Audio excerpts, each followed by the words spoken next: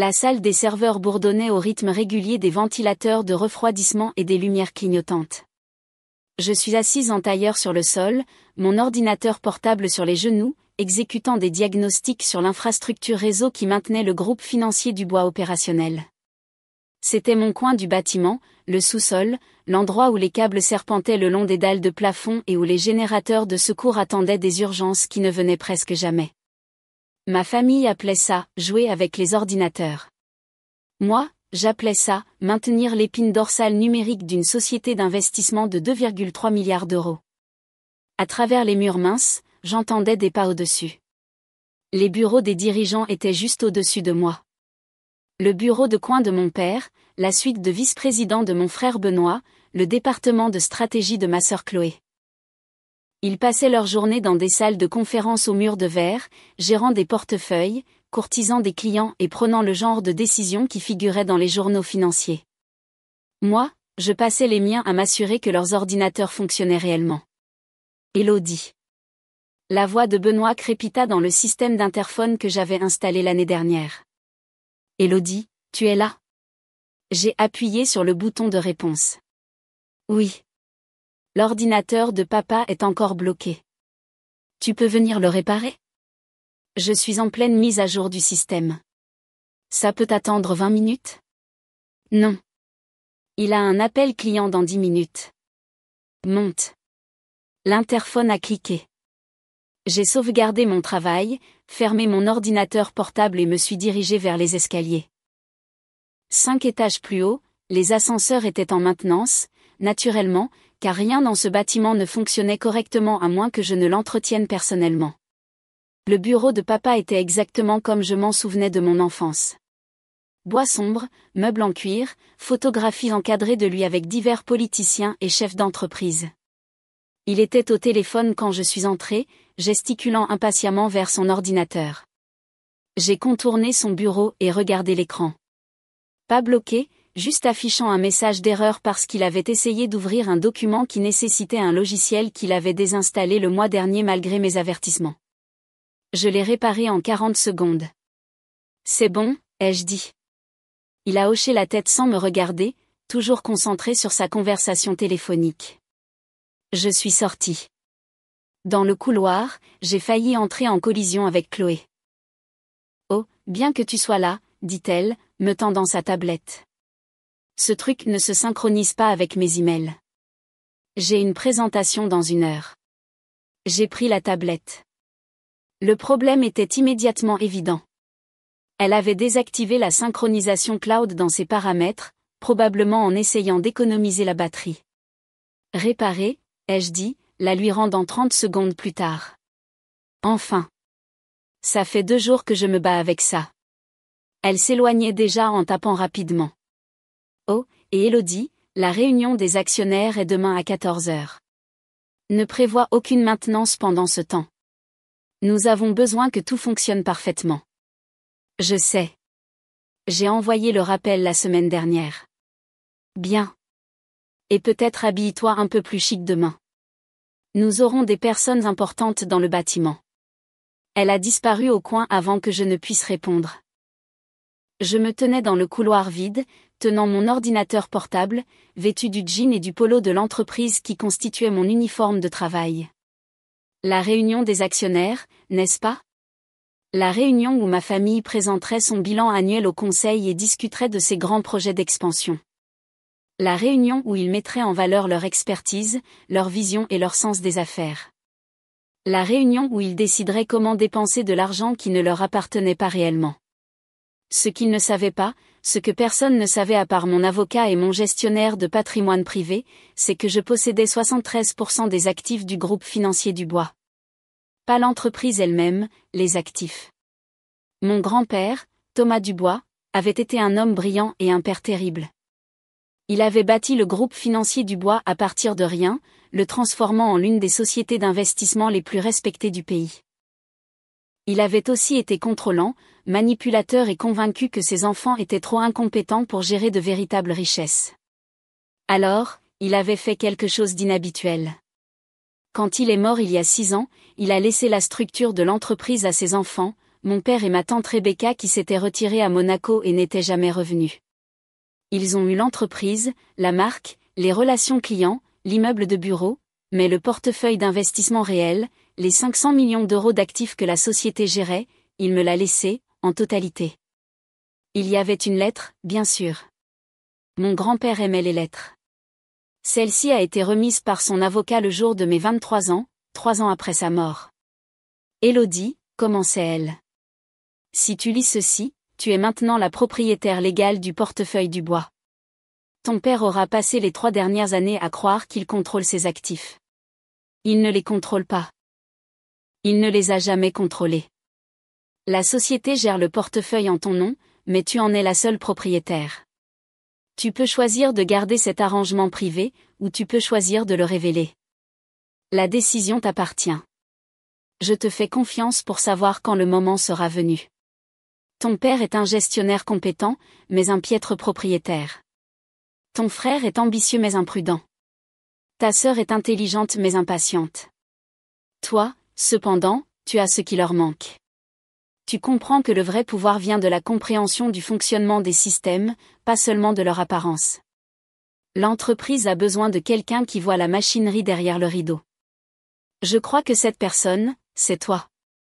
Pendant 3 ans, j'avais gardé le secret. Pendant 3 ans, j'avais regardé ma famille diriger le groupe financier du bois, croyant qu'ils possédaient ce qu'ils géraient. Pendant 3 ans, j'avais réparé leurs ordinateurs, entretenu leur système et suis resté invisible dans la salle des serveurs. Et pendant 3 ans, j'avais tranquillement appris tout ce qu'il y avait à savoir sur le portefeuille que je possédais réellement. J'avais accès à tout, bien sûr. Non pas en raison de ma propriété. Personne ne le savait, mais parce que j'étais l'administratrice informatique. Chaque email, chaque document, chaque projection financière passait par les systèmes que j'entretenais. J'avais un accès légitime à chaque base de données, chaque sauvegarde, chaque communication archivée. Je connaissais les investissements risqués de Benoît dans le secteur de la crypto-monnaie qu'il avait caché au conseil. Je connaissais les plans de Chloé d'expansion sur des marchés qu'elle ne comprenait pas entièrement. Je connaissais les tentatives de plus en plus désespérées de papa pour égaler les rendements que mon grand-père avait générés, même s'il prenait des décisions qui érodaient lentement la stabilité du portefeuille. Je savais tout. Et demain, lors de la réunion des actionnaires, ils allaient proposer une restructuration majeure qui modifierait fondamentalement la gestion du portefeuille. Ils allaient voter sur le transfert de 200 millions d'euros dans un nouveau fonds d'investissement à haut risque que Benoît avait conçu. Ils allaient avoir besoin de mon approbation. Ils ne le savaient pas encore. Le lendemain matin, je suis arrivé au bureau à 6 heures du matin pour effectuer les dernières vérifications du système avant la réunion. Tout devait être parfait, équipement de présentation, visioconférence pour les membres du conseil à distance, connectivité réseau pour les données financières qu'ils allaient afficher. J'étais dans la salle de conférence principale, testant le projecteur, quand Benoît est entré à 7h30. « Qu'est-ce que tu fais ici ?» a-t-il demandé. « Je m'assure que ta présentation ne plante pas en plein milieu de ton grand moment. »« Ah oui. » Bien, il a posé son café et a ouvert son ordinateur portable. « Tiens, puisque tu es là, tu peux regarder quelque chose ? Mon logiciel de modélisation financière continue de me donner des messages d'erreur. » Je me suis approché. Le problème était évident. Il avait corrompu une feuille de calcul en forçant une formule que le logiciel n'était pas conçu pour gérer. Tu essaies de projeter des rendements sur 20 ans pour un fonds qui n'existe que depuis 6 mois, ai-je dit. Le logiciel n'a pas assez de données historiques pour générer des projections fiables. Tu peux quand même le faire fonctionner ? Je peux faire en sorte qu'il n'affiche plus de messages d'erreur. Je ne peux pas rendre les projections exactes. Fais juste disparaître les erreurs. Le conseil n'a pas besoin de connaître les limitations. Je l'ai regardé. Tu présentes des données peu fiables au conseil. Je présente une vision, a-t-il dit. Parfois, il faut extrapoler au-delà de ce que les données soutiennent strictement. C'est ce qu'on appelle l'innovation, Élodie. Tu ne comprendrais pas, j'ai corrigé ces messages d'erreur sans un mot de plus. À 14h, la salle de conférence était pleine. 12 membres du conseil, dont plusieurs conseillers externes. Mon père en bout de table. Benoît à sa droite, l'air confiant dans un costume coûteux. Chloé à sa gauche, relisant ses notes. Et moi, dans le coin arrière, assise à la petite table où était installé l'équipement audiovisuel, juste au cas où la technologie poserait problème. C'est là que l'informaticienne s'asseyait, prête à réparer les choses. Personne ne posait de questions. La réunion a commencé par la présentation de papa sur la performance de l'entreprise. Bon rendement dans la plupart des secteurs. Une certaine volatilité sur les marchés émergents. Trajectoire globale positive mais marge d'amélioration. Puis Benoît s'est levé pour sa présentation. Mesdames et messieurs, a-t-il dit, sa voix portant le ton confiant de quelqu'un qui avait longuement répété ce discours. Le groupe financier Dubois a réussi en étant conservateur, en jouant la carte de la sécurité, mais le marché change. Nos clients sont plus jeunes, plus tolérants au risque, plus intéressés par des stratégies d'investissement innovantes. Il a cliqué sur des diapositives montrant diverses tendances du marché et des opportunités potentielles. C'est pourquoi je propose le fonds d'innovation Dubois, un portefeuille de 200 millions d'euros axé sur les secteurs technologiques à forte croissance, l'intégration des crypto-monnaies et les opportunités des marchés émergents. Les rendements projetés, il a cliqué sur une diapositive affichant les chiffres que j'avais corrigés ce matin-là, sont exceptionnels. Les projections sur 20 ans montrent des rendements potentiels de 3 cents % ou plus. Plusieurs membres du conseil se sont penchés en avant, intéressés. Chloé a présenté ensuite, décrivant la structure opérationnelle du nouveau fonds, les frais de gestion, les stratégies d'acquisition de clients, les plans marketing. Tout cela semblait très professionnel. Tout cela dépendait d'argent qu'il ne contrôlait pas réellement. Avant de voter, a dit Richard Chen, l'un des membres externes du conseil, j'aimerais mieux comprendre le profil de risque. C'est une part significative de nos actifs gérés. Quelle est notre protection contre les pertes ? La stratégie de diversification, a commencé Benoît, est insuffisante pour ce niveau de risque, ai-je dit doucement depuis mon coin. Tout le monde s'est tourné vers moi. Pardon, ai-je dit, sans me sentir désolé du tout. Mais le modèle de diversification que vous présentez ne tient pas compte de la corrélation entre les marchés crypto et le secteur technologique. Si les deux déclinent simultanément, ce qui est arrivé 2 fois au cours des 5 dernières années, vous envisagez des pertes potentielles de 40 à 60%, pas le maximum de 15% que vous avez projeté. Le visage de Benoît est devenu rouge. Élodie, c'est une réunion du conseil, pas une session de support technique. J'en suis consciente. Alors peut-être devriez-vous aller réparer des ordinateurs là où est votre place et laisser la stratégie financière à des gens qui la comprennent. Plusieurs membres du conseil se sont agités inconfortablement. Je la comprends très bien, ai-je dit. Votre modèle est erroné. Les projections sur 20 ans sont basées sur 6 mois de données extrapolées au-delà de la fiabilité statistique. Et les calculs de risque ignorent des facteurs de corrélation que n'importe quel analyste de première année remarquerait. Ça suffit, a dit papa, sa voix tranchante. Élodie, si tu ne peux pas être respectueuse pendant les délibérations du conseil. Elle a raison, a dit Richard Chen doucement. Il regardait sa propre tablette, examinant les documents de présentation. Ces projections sont discutables. D'où viennent ces données ? Notre équipe d'analyse interne, a dit Benoît rapidement, qui se compose de Benoît et de 2 analystes qu'il a embauchés le trimestre dernier, ai-je ajouté, dont aucun n'a d'expérience avec les marchés des crypto-monnaies. Élodie, je te préviens, a dit Benoît. Sa voix de présentation confiante avait disparu, remplacée par une colère à peine contenue. Par maintenant. Je ne pense pas qu'elle devrait, a dit un autre membre du conseil, Maria Santos. Elle me regardait avec une attention nouvelle. Elle soulève des préoccupations valides. J'aimerais en savoir plus. C'est du support informatique, a dit Chloé. Elle répare les ordinateurs. Elle n'a pas l'expertise pour évaluer les stratégies d'investissement. En fait, ai-je dit, j'ai un master en ingénierie financière du MIT. Je l'ai obtenu en travaillant ici. J'ai pris des cours du soir pendant 4 ans. Silence. Tu n'as jamais mentionné ça, a dit papa. Tu n'as jamais demandé. Tu as supposé que j'étais juste doué avec les ordinateurs.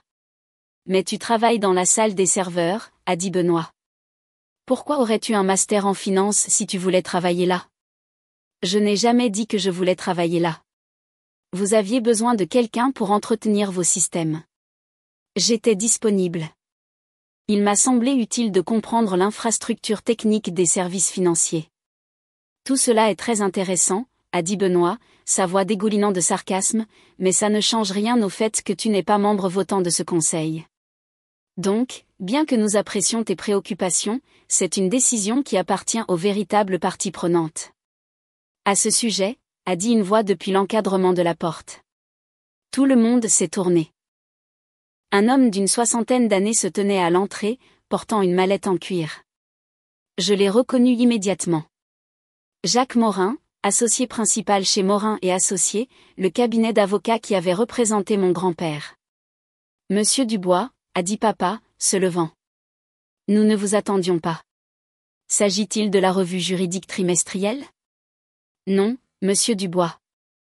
Je suis ici parce que ce conseil est sur le point de voter sur un transfert d'actifs qui nécessite l'autorisation du propriétaire légal du portefeuille. Je suis le propriétaire, a dit papa. J'ai fondé cette entreprise avec mon père. J'ai géré ses actifs pendant 30 ans. Vous les avez gérés, a concédé maître Morin. Mais vous ne les possédez pas, il s'est dirigé vers la table et a posé sa mallette. De celle-ci, il a sorti un document et l'a placé devant mon père. Ceci est une copie du trust d'attribution d'actifs de Thomas Dubois, établi il y a 18 ans et exécuté à son décès. Il a transféré la propriété de l'intégralité du portefeuille d'investissement du groupe financier Dubois à sa petite-fille, Élodie Dubois, à compter de son 23e anniversaire. La pièce a explosé. Benoît criait quelque chose d'impossible. Chloé était devenue complètement pâle. Papa fixait le document comme s'il était écrit en hiéroglyphes. C'est insensé, a finalement réussi à dire Benoît. Papa nous a laissé l'entreprise. À ses enfants. Il y avait un testament. Il a laissé la structure de l'entreprise à ses enfants, a dit maître Morin calmement. L'entité commerciale, la marque, les relations clients, mais les actifs eux-mêmes. Les 500 millions d'euros du portefeuille d'investissement que la société gère, cela appartiennent à Élodie. Ça ne peut pas être légal, a dit Chloé. Sa voix tremblait. Nous gérons ces actifs depuis 6 ans. Nous avons pris des décisions, exécuté des transactions, alloué des ressources. Avec l'autorisation implicite d'Élodie, a dit maître Morin. L'accord de fiducie permet à la société de gérer le portefeuille à condition que la gestion serve les intérêts du propriétaire. Élodie vous a permis de continuer cette gestion, mais toute restructuration majeure, comme le transfert de 200 millions d'euros dans un nouveau véhicule d'investissement, nécessite son approbation explicite. Papa a finalement parlé. Sa voix semblait creuse. Élodie, tu étais au courant de ça? Oui. Depuis combien de temps? 3 ans. 3 ans, a-t-il répété comme s'il testait les mots. Tu savais depuis 3 ans que tu possédais, que tu contrôlais tout. J'ai contrôlé tout, ai-je dit. Benoît a frappé sa main sur la table. C'est une fraude. C'est. Tu nous as menti. Je n'ai jamais menti, ai-je dit. Je n'ai jamais corrigé vos suppositions. Tu nous espionnais. Tu avais accès à tous nos systèmes, toutes nos communications. C'est mon travail. Je suis l'administrateur informatique. Je suis censé avoir accès à tout. Mais tu as utilisé cet accès pour apprendre des choses sur les actifs que je possède, ai-je terminé. Pour comprendre comment mon portefeuille était géré, pour prendre des décisions éclairées concernant mes investissements. Tes investissements, a dit Chloé. Les mots sont sortis amers. Tu étais assise dans la salle des serveurs à réparer des ordinateurs pendant que nous bâtissions cette entreprise, et tu affirmes que tout appartient. Pas l'entreprise, ai-je dit. Les actifs, le portefeuille, les 500 millions d'euros que vous gérez, et dans certains cas mal gérés, depuis 6 ans. Mal gérés? La voix de Benoît s'est élevée. Nous avons généré des rendements constants. Nous avons fait croître le portefeuille. Vous avez cru de 4,2% par an, ai-je dit. La moyenne du marché pour des portefeuilles similaires est de 7,3%. Vous avez sous-performé de 3,1% par an, ce qui se traduit par environ 47 millions d'euros de perte de rendement potentiel sur 6 ans. Plus de silence. Richard Chen regardait à nouveau sa tablette. Elle a raison. J'ai examiné les données de performance. Les rendements sont bons en termes absolus, mais médiocres par rapport aux références du marché. Et maintenant, ai-je continué, vous voulez transférer 40% de mes actifs dans un fonds à haut risque basé sur des projections erronées et une analyse de risque insuffisante. Un fonds qui, selon ma propre modélisation, a une probabilité de 63% de perdre de l'argent au cours des 3 prochaines années. Votre modélisation, a raillé Benoît. Vous n'êtes pas gestionnaire de fonds. Vous êtes le support technique.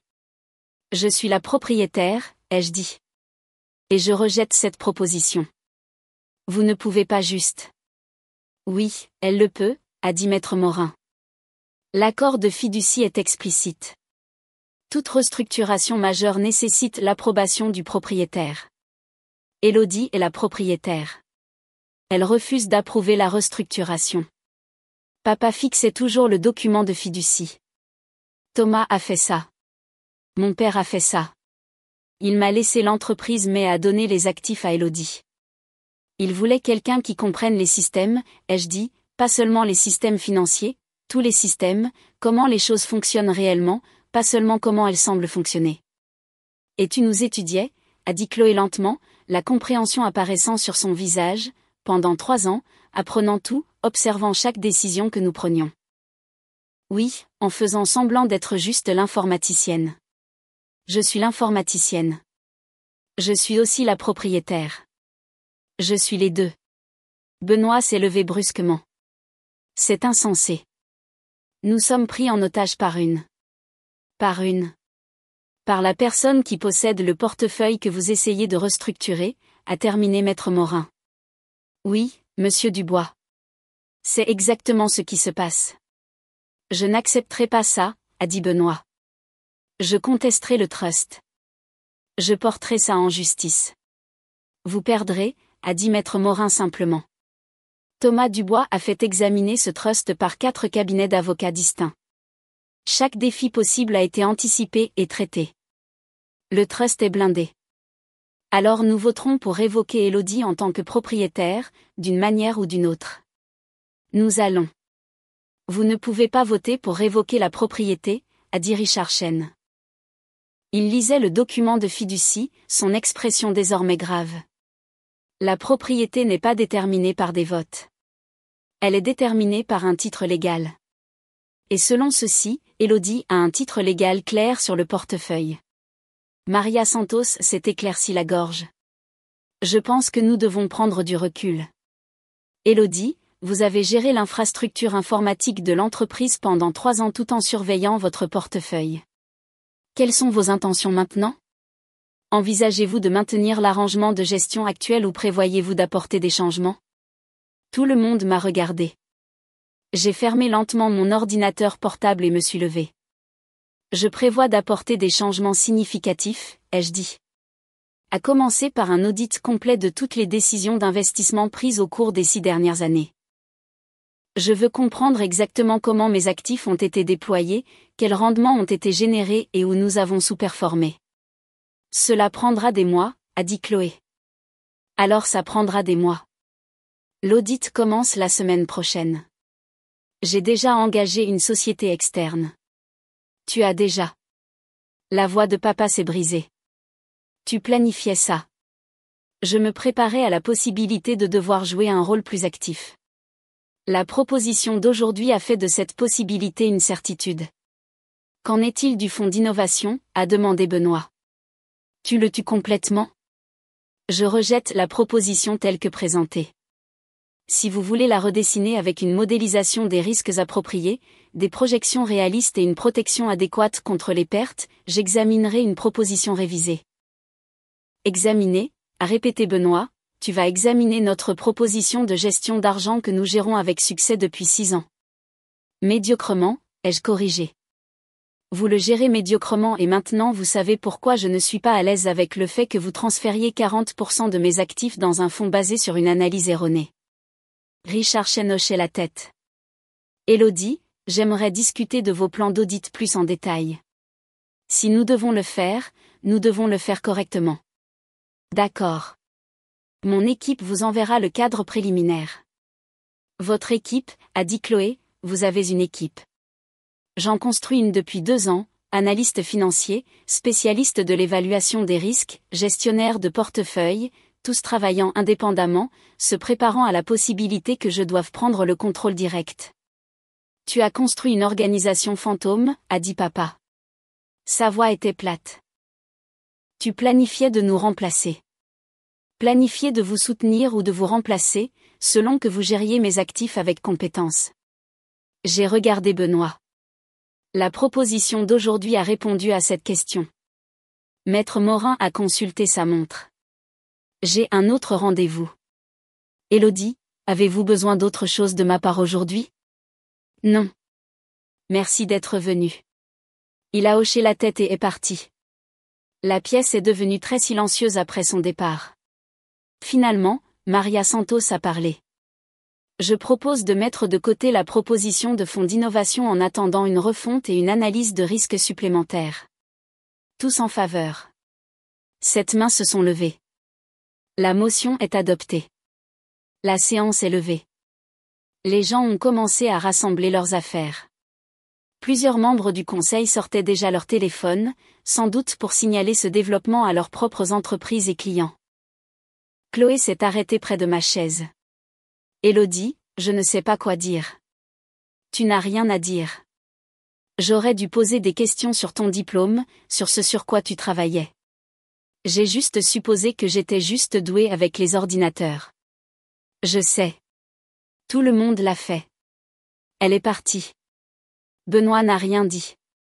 Il a juste attrapé son ordinateur portable et est sorti en trombe, le visage rouge de humiliation et de rage. Finalement, seul papa et moi sommes restés dans la salle de conférence. Il était toujours assis en bout de table, le document de fiducie devant lui. Ton grand-père a toujours dit que tu lui ressemblais, a-t-il dit finalement. Silencieuse, observatrice, patiente. Je pensais qu'il voulait dire que tu étais introvertie. Je n'ai pas réalisé qu'il voulait dire que tu étais stratégique. Il m'a appris à attendre le bon moment. Et c'était ça. Humilier ton frère devant le conseil. C'était empêcher mon frère de jouer 200 millions d'euros de mon argent basé sur une analyse défectueuse. Papa est resté silencieux longtemps. Alors, que se passe-t-il maintenant? Maintenant, nous travaillons ensemble pour gérer correctement le portefeuille, ou nous ne travaillons pas ensemble et j'engage une nouvelle direction. C'est à toi de voir. Tu virerais ta propre famille. Je virerais les mauvais gestionnaires. Famille ou non. Il s'est levé lentement, l'air plus vieux que ce matin. J'ai construit cette entreprise. Ton grand-père et moi l'avons construite ensemble. Tu as construit la structure de l'entreprise, les relations clients, la réputation. Ces choses ont de la valeur et elles sont tiennes. Mais les actifs que vous avez gérés m'appartiennent. Ils l'ont toujours fait. Parce que mon père ne me faisait pas confiance pour les posséder. Je n'ai pas répondu. Nous savions tous les deux que c'était vrai. Il est parti sans un mot de plus. Je suis resté seul dans la salle de conférence pendant plusieurs minutes, écoutant le bâtiment s'installer autour de moi.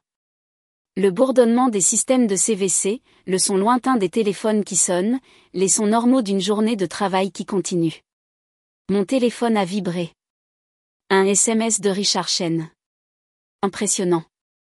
Planifions une réunion la semaine prochaine pour discuter du cadre d'audit. Je pense que vous trouverez que vous avez plus d'alliés au sein de ce conseil que prévu. Un autre SMS de Maria Santos. Il a fallu du courage. Votre grand-père serait fier.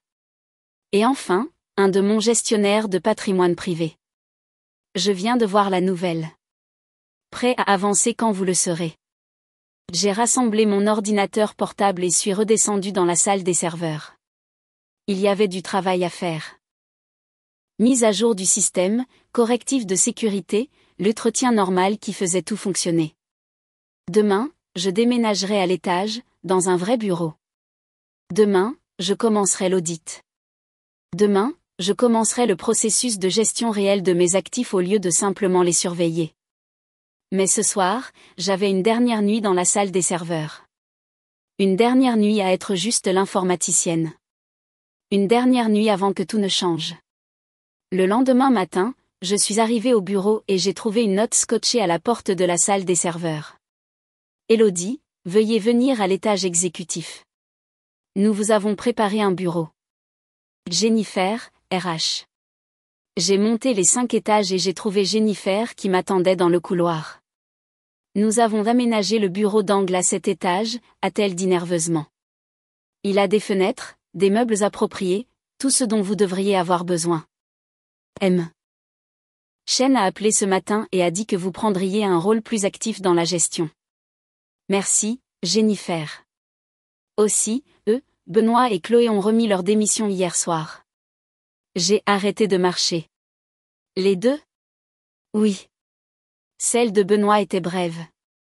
Celle de Chloé était plus détaillée. Elle a dit qu'elle ne pouvait pas travailler pour sa sœur cadette, que ce serait trop inconfortable. Je vois. Votre père n'a pas démissionné. Il est venu ce matin et a demandé à vous rencontrer quand vous auriez le temps. Le bureau d'angle était exactement comme Jennifer l'avait décrit. Grande fenêtre donnant sur la ville. Un bureau en acajou, des chaises en cuir, tout ce qui était censé signifier le pouvoir et l'autorité. J'ai posé mon ordinateur portable sur le bureau et j'ai regardé autour de moi. Voilà à quoi ressemblait la victoire. Apparemment, ça semblait plus vide que je ne l'avais imaginé.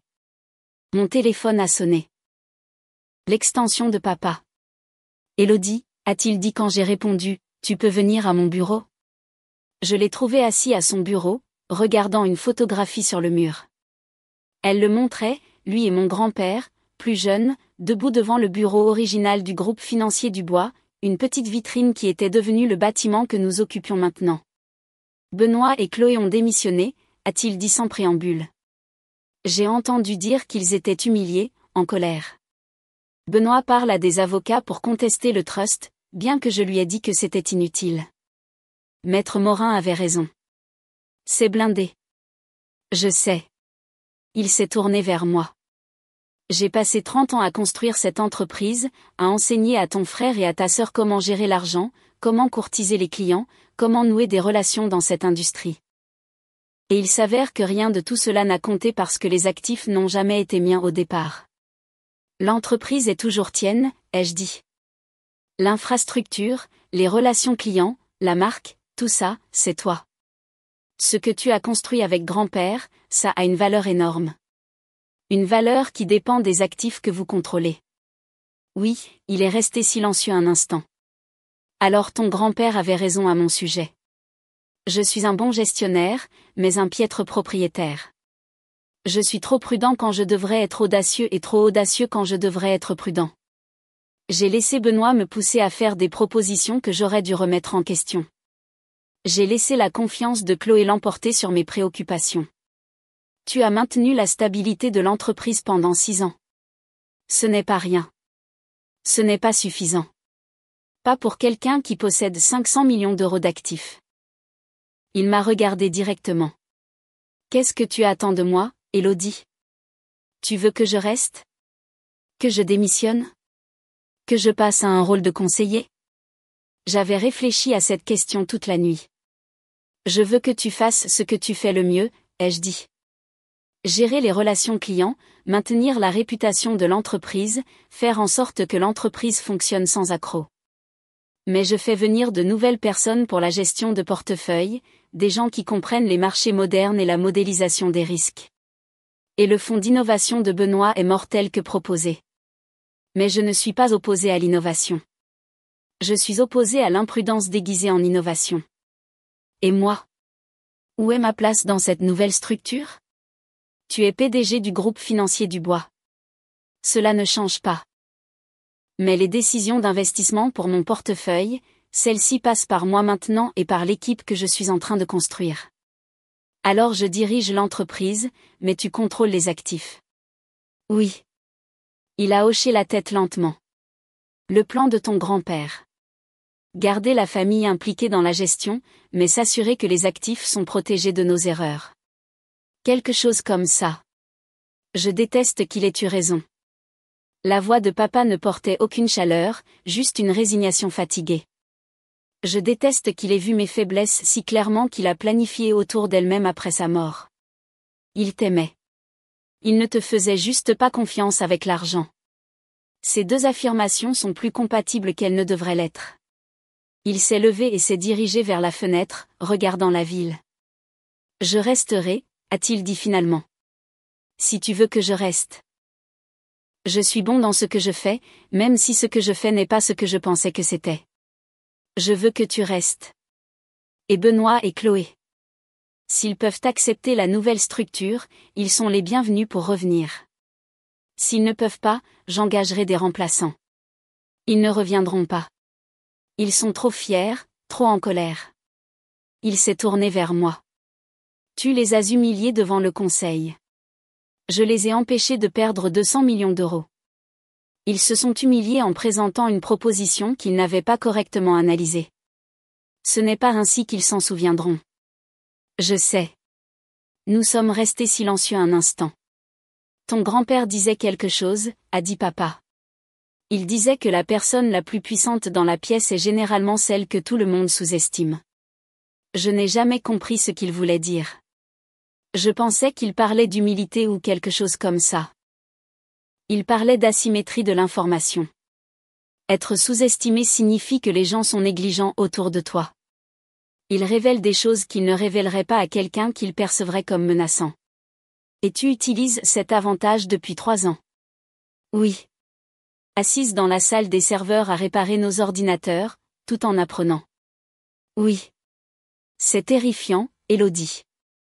Tu sais ça, n'est-ce pas?